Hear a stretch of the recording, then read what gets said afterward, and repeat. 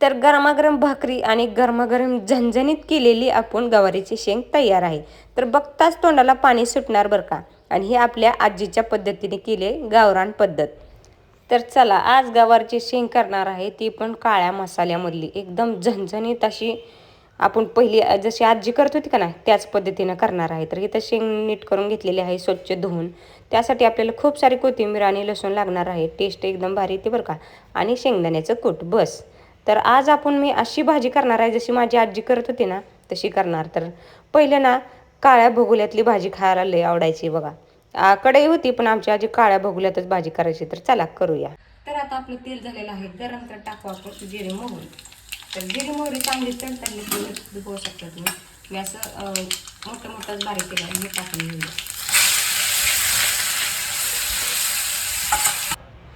तर चला हे भाजतंय तोपर्यंत ना एकदम अशी कुणी कुणी खाल्ली आजीच्या हातची शेंगाची काय गवारीची शेंगाची भाजी तर नक्की कमेंट करून सांगा बरं का. आपली इथं शेंग पण तयार आहे आणि इतकी छान लागायची ना की बस. आता आपल्याकडे काळं बघुलं तर नाही, कढई घेतली तर इतकी जर छान लागायची ना की बस बोलायचं काम नाही. आणि आत्ता आपण भाजून झालेल्या आता टाकले ह्याच्यात शेंग. तर शेंग टाकल्यानंतर एक असं 2-3 मिनटं चांगलं हलवून घेऊया. तर बघा तुम्ही किती छान असं मस्तपैकी दिसते. आणि आज आपण इथं हिरव्या मिरचीची करणार नाही, तर आज काळ्या मसाल्याची करणार आहे. ती पण झणझणीत असं थोडंसं रस्सा ठेवून शिने. तर चला ह्याच्यावर आपण थोडीशी झाकून ठेवूया एक 2-3 मिनिट.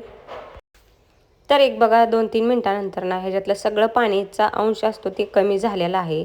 आणि आता तुम्ही पाहू शकता ह्याला थोडं थोडं तेल सुटायला चालू झालेलं आहे. तर चांगलं मस्तपैकी हलवून घेऊया.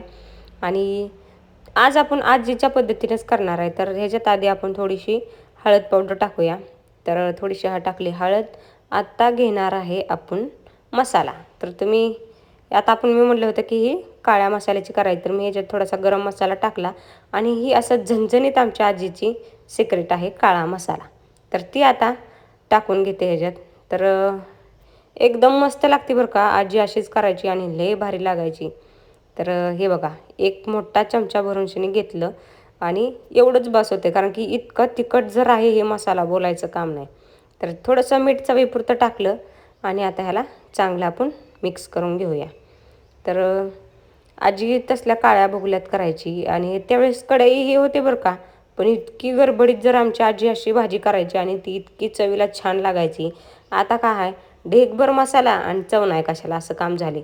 पहिले इतकं मसालासुद्धा नव्हतं, तर इतकं भारी लागायची. तर चला इथं मिक्स करून घेतलं किती छान दिसते तुम्ही पाहू शकता. आणि आता बस आता ह्याला अजून मी एक 2-3 मिनटं झाकून ठेवणार आहे. तर एक 2-3 मिनटानंतर बघा किती मस्त असा वास खमंग येत आहे एकदम छान. तर आजीची आठवण आली की मी अशी भाजी करून खाते.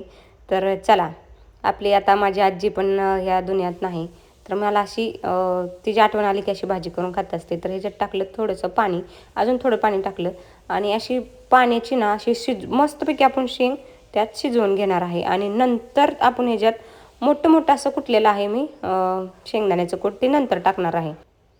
तर एक 5 मिनटानंतर तुम्ही पाहू शकता आपला अशी झणझणीत अशी तयार आहे आपली गवारीची शेंग. तर तुम्ही पाहू शकता ह्याला कलर पण किती छान आलेला आहे. आणि आता ह्याच्यात आपण टाकूया शेंगदाण्याचं कूट. तर थोडंसं जाडसर ठेवल्यानंतर ना एकदम भारी टेस्ट लागते. आणि मोकळी केल्यानंतर पण खूप छान लागते, पण थोडंसं पाणी ठेवल्यानंतर ना खायला पण खूप छान लागते. तर चला आता मी ह्याच्यात टाकलेलं आहे शेंगदाण्याचं कूट आणि चांगलं मिक्स करून घेतलं. आणि कुणी कुणी खाल्ली कमेंट करून सांगा अशी आजीची हातची शेंगाची भाजी बरं का. तर इतकी छान लागायची. पण पहिले दिवस आता राहिलेले नाहीत. पहिलं चुलीवर सगळं करायची बघा आजी. उठायची स्वयंपाक करायची लवकर. आणि जे आजीपाशी राहिली होती ना त्यांना अजिबात काम करायची गरज लागली नाही. तर आता सगळं काम आपल्यालाच करायला लागते. तर इथं बघा आपली बोलत बोलत आपली भाजी आहे तयार. तर मी अशीच ठेवणार आहे. याच्यात थोडंसं रस्सा ठेवलेला आहे मी. तर किती छान दिसते कमेंट करून नक्की सांगा. तर चला आता आपण ही डिशमध्ये काढून घेऊया. तर चला इथं गरमागरम भाकरी आणि गरमागरम झणझणीत गावरान पद्धतीने केलेली गवारीची शेंग तयार आहे. आणि दह्याबरोबर बी इतकी खूप छान लागते ना की बोलायचं काम नाही. असं दही चटणी वगैरे दही मिरचू आजी अशी खूप बनवायची आणि खायला इतकी भारी वाटायचं ना, बोलायचं काम नाही. तर एक घास आपण तोडून हे तुम्हाला दावते आणि हे दह्यात असा बुडवून खाल्ल्यानंतर ना, तर तोंडाला पाणी सुटल्याशिवाय राहणार नाही. तर चला, माझी रेसिपी आवडत असेल ना, तर एकदा लाईक करा, शेअर करा आणि सबस्क्राईब करायला विसरू नका. तोपर्यंत बाय बाय.